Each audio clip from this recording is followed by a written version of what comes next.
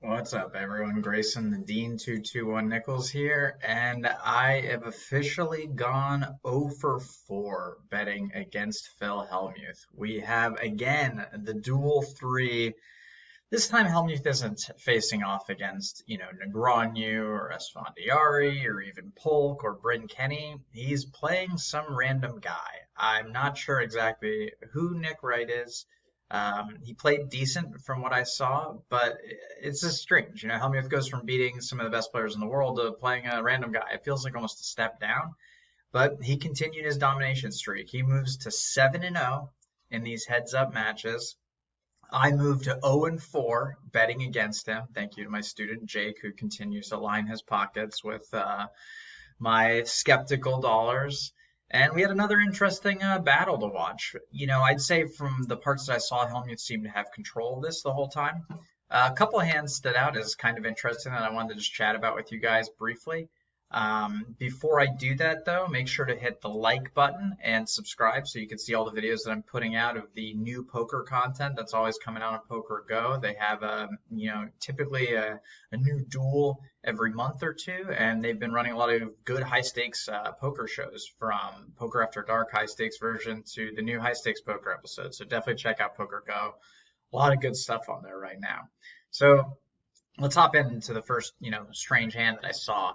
The blinds were 150, 300 for this hand, and Nick goes ahead and limps in with the 5-5, and Hellmuth, actually, excuse me, I'm sorry, I said this backwards. Hellmuth raises the button, 75, 150 blinds. That was the next hand that I was jumping ahead with. 75, 150, Hellmuth 3X's it on the button, ace-8, dead man's hand.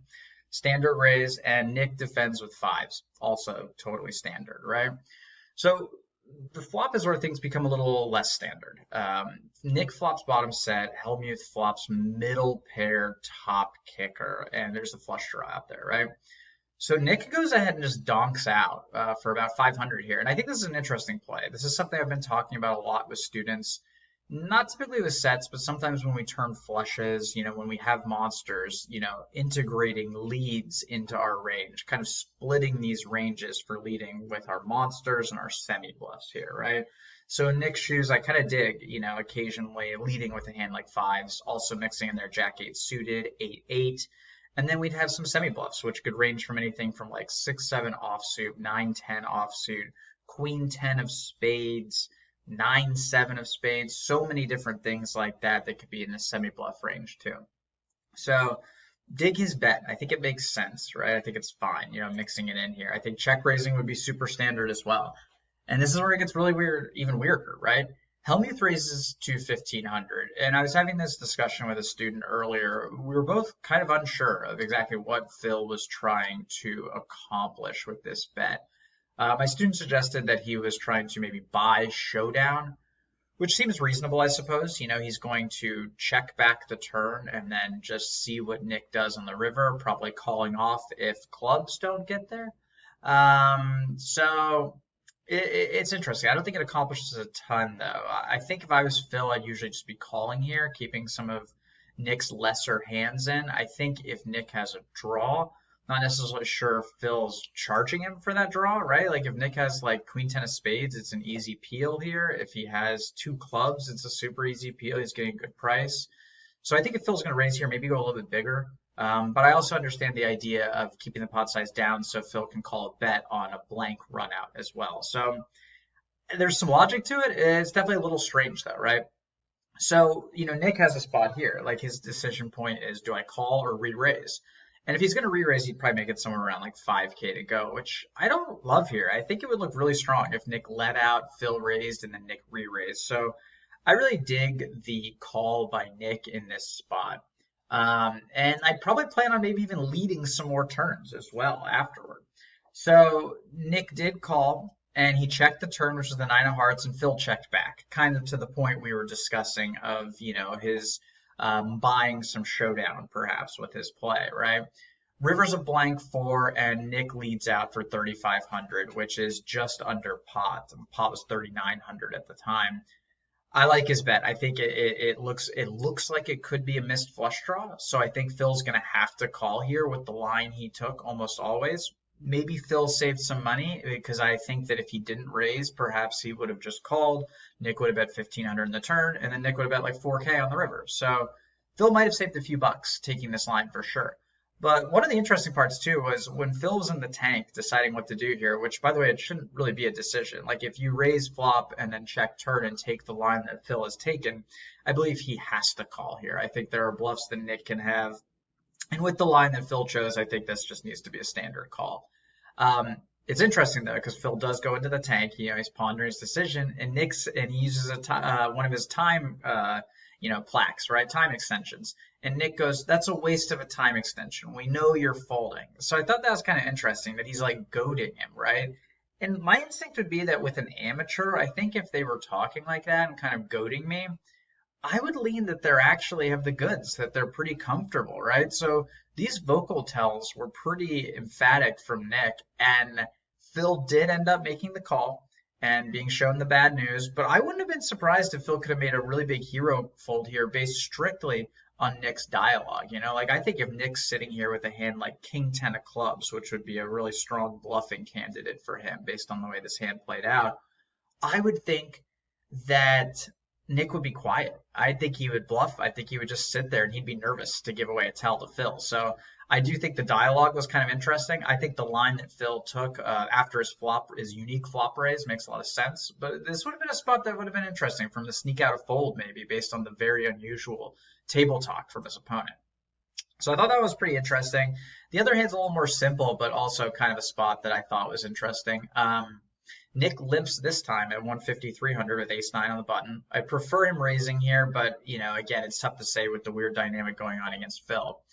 Phil goes ahead, and you see here, Nick has quite the substantial chip lead at this point. So I fell asleep later, and I have no idea exactly how he blew all of it. But he limps in here. Maybe he's playing some small ball since he did have the lead. Hellmuth raises to 800 with sevens. I like the raise, and Nick goes ahead and calls. Flops all fours. So Phil flops the boat, and Nick has trips with an ace kicker. So both have a pretty decent flop. Phil c-bets, Nick calls, standard, right? The turn is a little interesting because Phil bets in the dark 3,000 into a pot of 4,600. So I like his sizing. It protects himself. This is weird though, because I think, Nick needs to be beating, so the way this works is Phil, you ask yourself, what's the worst hand Phil would value bet here? I mean, honestly, I'd say it's 5s, 6s, 7s. It's basically this, right? Bottom of his value betting range. So the only way that Nick's good here is if Phil is indeed bluffing. And I'm not sure what kind of bluff candidates Phil has here to raise out of position pre-flop, c-bet this flop, and then fire a blind bet on the turn, right? So I think this is a spot where Nick can probably fold, right? Like maybe, there's just not a ton of bluffs for Phil to have here. I think if Phil had ace, king, ace, queen, I don't necessarily think he's barreling again. I think he might even check call one. So I think this is a spot where Nick might be able to find a fold. And I kind of dig Hellmuth's dark bet. I rip him often for the dark check, which I think is kind of a silly play. It's kind of a novelty thing, a gimmick, and it typically doesn't benefit a thinking player. However, I think, like I've mentioned in the past, in some spots where it's almost always going to be a check, if you want to check dark there, knowing you're going to check raise a bit more, I don't hate it, And I think the bet here, the dark bet here, got him extra action from Nick. So I think this is an example of Phil manipulating his opponent in a pretty effective way. And so Nick called, and the river's the queen. Phil makes a great value bet of 5,500 here. And Nick thinks about it for a while, and he's like, why would you not slow down at the queen? Maybe you can't have middle pairs. Do you have kings? Blah, blah, blah. And he ends up making the crying hero call, only to get the unfortunate news that Hellmuth has the goods. And this closed that gap quite a bit. And this was the hand to help Phil catch up and eventually go on to yet again another victory, moving his record to 7-0. White magic prevails again. I just can't beat this dude. And I mean, every time this happens, I'm going to keep betting against him. I got to, can the roulette wheel be black every time? Actually, yeah, I guess it can, I guess it can, right? So once again, white magic proves itself to be undefeated. Top dog. Hellmuth, I salute you. Nick, good effort, man. Not exactly sure again who you are, but I think you gave it a good battle. looking forward to seeing who the hell Hellmuth plays in the next one.